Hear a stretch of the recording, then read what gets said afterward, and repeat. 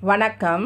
நான் கீதா அன்பழகன். இன்றைக்கி என்ன பதிவு அப்படின்னா, நம்மளுடைய தீராத கடன், நாள்பட்ட கடன் தீர்வதற்கு, நம்மளுடைய கர்ம வினை குறைவதற்கும் நாம் இந்த ஒரு பொருளை நம்முடைய குலதெய்வத்திற்கு தானமாக கொடுத்தோம் அப்படின்னு சொன்னால் நம்மளுடைய பிரச்சனையிலிருந்து வெளிவரலாம் என்பது சம்பிரதாயத்தில் சொல்லப்பட்டிருக்கிறது.